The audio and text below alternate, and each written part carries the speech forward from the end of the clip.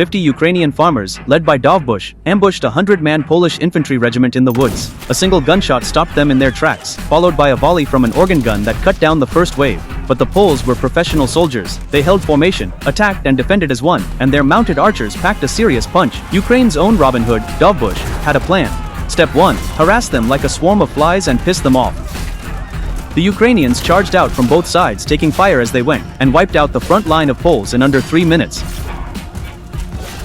Then, just as the enemy stopped to reload, they turned and ran. Step 2. Lure them deep into the woods. The goal was to break their formation. At first, the Polish regiment kept their ranks as they advanced, but they were furious and started chasing. The rough terrain gradually threw their lines into disarray, and that was just the beginning. To make them drop their guard and fall into even worse disorder, Dovbush knew he needed traps, so he and his men kept laying down fire, making sure the Poles couldn't pull back out of the forest. Step 3. Spring the traps and hit them hard. No way could he let the Poles stop advancing.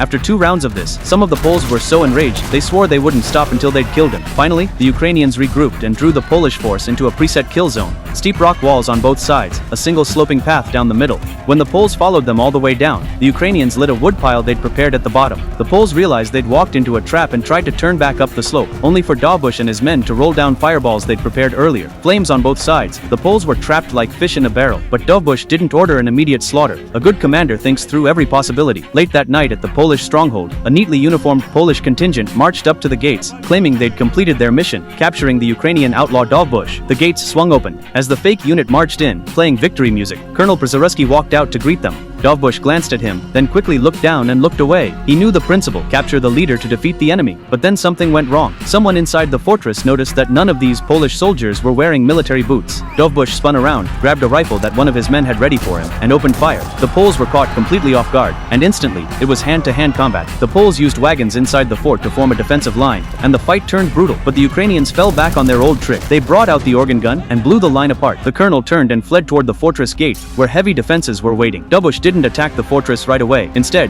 he led his men to storm the dungeons first, and ordered others to hit the armory.